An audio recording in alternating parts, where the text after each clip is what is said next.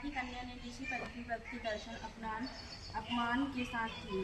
इससे ब्राह्मण कुल में जन्म पाकर भी दोष मुक्त न हुए। तब सुशीला ने कहा, हे महाराज, इस उत्तम व्रत का इस कन्या के संरक्षण विधि पूर्व वर्णन कीजिए, जिससे समस्त सांसारिक प्राणी लाभ उठा सके। ब्राह्मण बोले, हे सहधर्मिणी, यह व्रत भाद्रपद मास किया जाता है। पंचमी के दिन किसी नदी अथवा जलाशय में स्नान करके व्रत को धारण कर सायंकाल के समय सप्त ऋषियों का पूजन विधि विधान से करना चाहिए।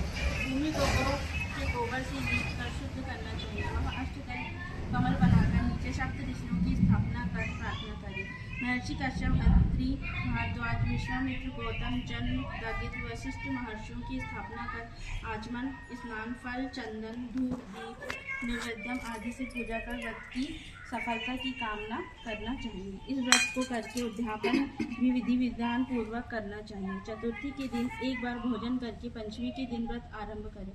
सुबह किसी नदी अथवा जलाशय में निष्कर्म से निवृत्त हो दातुन करे, स्नान करे, गौ के गोबर से लीप करे, भाद्र चक्र बनावे, उस पर कलश स्थापित करें। कलश के कंठ में नवीन वस्त्र बांधे, पूजा सामग्री एकत्र कर अष्टदल कमल पर सप्त ऋषियों की स्वर्ण प्रतिमा स्थापित करें। फिर षोडशोपचार से पूजन कर रात्रि को पुराणादिक ग्रंथों का श्रवण करें। विशेषकर शिव पुराण आदि उपयोगी है। सत्कर्मी ब्राह्मण को भोजन एवं दक्षिणादि देकर संतुष्ट करें। इस प्रकार व्रत करें तथा इस व्रत का उद्यापन भी अति उत्तम। इस व्रतोद्यापन से नारी रूप लावण्य को प्राप्त करें, सौभाग्यशाली होती है एवं जीवन में धन सनातन का सद्गुण भोग कर अंत में देवलोक में वास करती है। इस व्रत के करने से नारी का बुरा समय नष्ट होता रहता है तथा सदैव लक्ष्मी का निवास रहता है। सुंदर, आज्ञाकारी एवं दीर्घायु वाले पुत्र होते हैं। जीवन में किसी भी प्रकार में कष्ट पास नहीं आता है।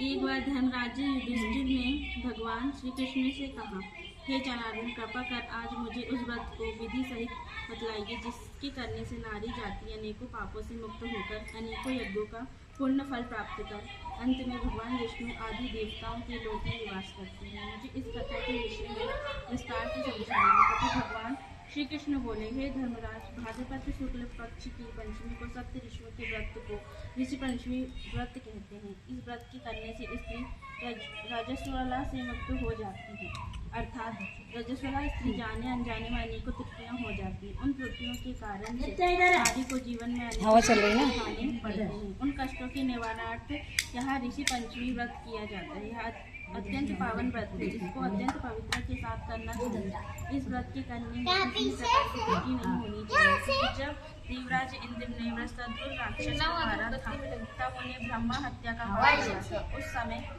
ब्रह्मा हत्या के 4 भाग करके एक भाग स्त्री के रज में, दूसरी नदी के फेन में, तीसरी पर्वतों में, चौथा भाग अग्नि की प्रथम ज्वाला में विभक्त किया था। इससे हर वर्ण जाति की नारी को रजस्वला होने पर पहले दिन चंडालिनी, दूसरे दिन ब्रह्मघातिनी, तीसरे दिन धोबिन के समान जो दोषी माना जाता है। इससे उन दिनों में किसी भी वस्तु को छूना मना है। छूने से वह वस्तु अपवित्र होकर दूषित होती है। इस व्रत के करने होकर नारी प्राप्त होती है। हे राजन विधर्म, देश में एक सेजनित नाम का अत्यंत प्रतापी, यशस्वी तथा न्यायप्रिय राजा था। उसी राजा में एक सुमित्र नाम का एक विद्वान ब्राह्मण था। उसकी पत्नी, जिसका नाम जयश्री था, इसी कार्य में अचानक रजस्वला धर्म को प्राप्त हो गई और वहाँ समय अनुसार भोजन आदि प्रत्येक वस्तु छूती रही। इसी प्रकार पूरा समय होने पर दोनों ही पति पत्नी की मृत्यु हो गई। मृत्यु के पुनर्जन्म में ब्रह्माणी को कुतिया का जन्म मिला तथा ब्राह्मण को बैल का जन्म मिला था। अपने तप के प्रभाव से दोनों को अपने पूर्व जन्म की पूरी बातों का स्मरण था। वह दोनों अपने ही पुत्र के घर पर पले हुए थे। एक दिन श्राद्ध पक्ष में ब्राह्मण पुत्र ने अपने पिता की श्राद्ध तिथि के दिन विधि भोजन किया तथा अपनी पत्नी को अत्यंत स्वादिष्ट पकवान बनाने की आज्ञा दी। इधर ब्राह्मण पुत्र वधु ने विविध पकवान खीर आदि भोजन बनाकर तैयार किए। दुर्भाग्य से उस खीर में एक सर्प ने विष उगल दिया। यहाँ हाल ब्राह्मणी जो कुतिया की योनि में थी देख रही थी। उसने सोचा कि यदि ब्राह्मण यहाँ भोजन करके समाप्त हो जाएंगे, इससे मेरे पुत्र को ब्रह्मा हत्या भारी पाप लगी है। इस प्रकार से सोचकर अपने पुत्र वधु की दृष्टि बचाकर उस कुतिया ने खीर को जूठा कर दिया।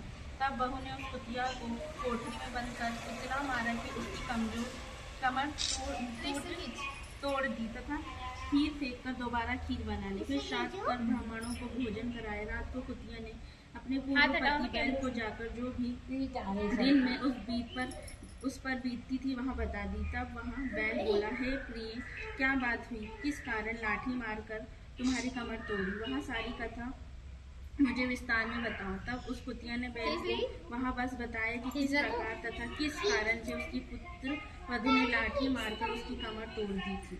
वहाँ अपना संपूर्ण समाचार सुनाकर कहने लगी, स्वामी, हमारा इस योनि से कैसे छुटकारा होगा? हम इस अकर्म के कारण यहाँ सभी दुख भोगने पड़ रहे हैं। ब्राह्मण पुत्र वहीं पर छुपा रहा था। उन दोनों को उसके वहाँ होने का कुछ भी अनुमान नहीं था। तब वहाँ बैल बोला, हे प्रिय, तुम्हारे ही दूषित कर्म एवं पापों को भोगने हेतु आज मुझे यहाँ कहकर उसने अपने पूर्व जन्म की वहाँ संपूर्ण कथा बताई। जब वह रजोधर्म समय भोजन आदि सभी सामान छूती रहती थी, उसी पाप के कारण तुमको कुतिया तथा मुझको बैल की होनी, जिस पर अभी भी तुम्हारे स्वभाव में कोई भी परिवर्तन नहीं है, क्योंकि तुम्हारी कुतिया की योनि है। फिर कुत्ते का स्वभाव भी वैसा ही होता है। उसी स्वभाव के कारण ही तुम्हारे ऊपर इन सब बातों का कोई असर नहीं है। देखो, यहाँ पूरा परिवार हमारा पिछले जन्म का ही परिवार है। यहाँ मेरा पुत्र जिसने आज मुझे पूरे दिन मुंह बांधकर हल में चलाया, घर पर इसकी पत्नी ने मेरे नाम का ही श्राद्ध किया और मेरे ही नाम से ब्राह्मण भोजन कराए। उधर प्रातः में निरंतर हल में चल रहा हूँ। अभी तक मुझे खाने के चावल का एक तिनका भी नहीं दिया। यह सब तेरे दुष्प्रस्त का ही प्रभाव है। उन दोनों की पूरी बात सुनकर उसको घोर कष्ट हुआ। वहाँ से आकर उन बैल एवं कुतिया दोनों माता पिता को भोजन देकर वहाँ अत्यंत दुखी हो वन को चला गया। भटकते भटकते वहाँ एक ऋषि आश्रम में पहुँचा। वहाँ उसने कुछ समय बिताया। एक दिन शुभ अवसर जानकर ऋषियों से पूछा, हे दयालु, मेरे माता पिता कुतिया तथा बैल की योनि भोग रहे हैं। बस इस योनि में किस प्रकार मुक्त हो सकेंगे? कृपा कर मुझे कोई उपाय बताइए जिससे कि मेरे माता पिता को मोक्ष मिले। तब ऋषि बोले, पुत्र, तुमको यहाँ सब कैसे ज्ञात हुआ? तब उस ब्राह्मण पुत्र ने ऋषि को वह सारी कथा जो बैल रूप में अपने पिता द्वारा सुनी